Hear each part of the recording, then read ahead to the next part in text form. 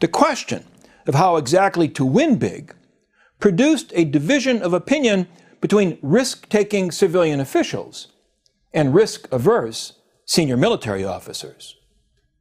Because the resolution of this dispute set the stage for much that would follow, we should spend a couple of minutes recounting it. Here's what it came down to. Generals like Tommy Franks, now the commander of CENTCOM, thought that the best way to take down Saddam Hussein was to do Desert Storm all over again. Assemble a large, heavy ground invasion force of 500,000 or so, pummel Iraq with a preliminary bombing campaign, and when Saddam appeared sufficiently weakened, launch the ground attack to administer the coup de grace.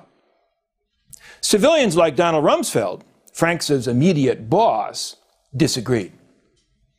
As we've already noted, Rumsfeld was enamored with the transformative potential of advanced technology when applied to war. As he saw it, the unfolding of the Afghanistan campaign offered further proof that victory didn't require a large number of boots on the ground. The keys to winning were speed, agility, and precision. True in Afghanistan, this would prove true in Iraq as well. Yet there was an implicit political subtext to this argument. This was not just a difference of opinion over tactics. Going in the old-fashioned way, requiring a large force fighting conventionally, was likely to entail high costs in dollars and perhaps in casualties.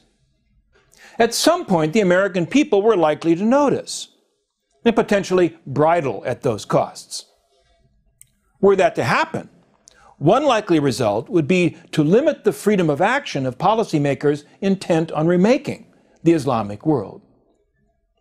Thinkers like Franks envisioned a war requiring significant public support. Thinkers like Rumsfeld wanted a war that could be waged while Americans were out shopping. President Bush had already assured Americans that the global war on terrorism was not going to entail collective sacrifice, nor was it going to compromise the average American's quality of life. Sure, it was going to be a global war, but unlike, say, World War II, it was not going to require national mobilization. It was not going to affect other national priorities. Get down to Disney World in Florida. The president had instructed his countrymen shortly after 9/11. Take your families and enjoy life the way we want it to be enjoyed.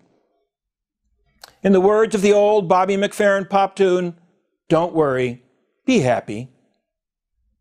As applied to the coming war with Iraq, this approach required a campaign against Iraq that Americans could cheer for without having to feel any pain.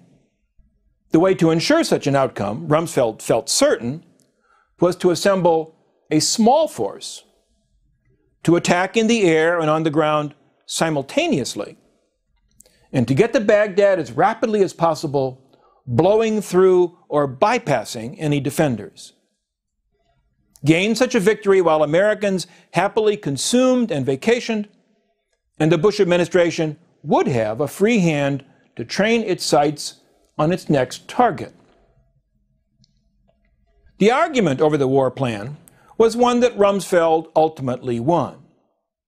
In Franks, he had an ideal subordinate, an ill-tempered, blustering general who was intellectually ill-suited for the position he held, but who Rumsfeld found malleable.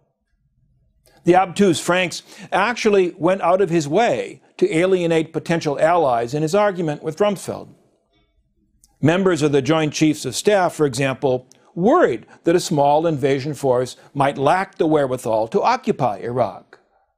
Franks might have made the Joint Chiefs his allies.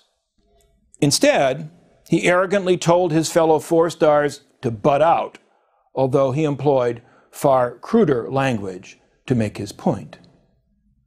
At any rate, Over the course of an iterative planning process that extended over several months, General Franks ultimately caved. Rumsfeld got his way. When the United States initiated hostilities, the invasion force was roughly 1/3 the size of what the original CENTCOM plan had envisioned. Rumsfeld also got his way on the air campaign. Rather than preliminary bombing to soften up the defenders, air and ground attacks would begin simultaneously. By mid-March 2003, all the pieces were in place. Late on the evening of March 19th, President Bush went on national television to announce that hostilities had begun. Our nation enters this conflict reluctantly, yet our purpose is sure.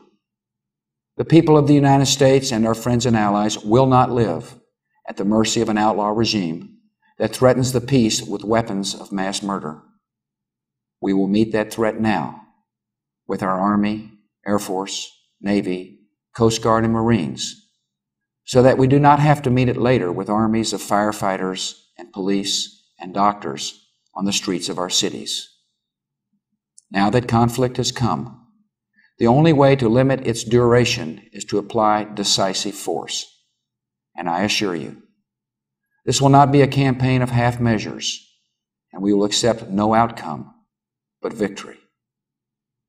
My fellow citizens, the dangers to our country and the world will be overcome.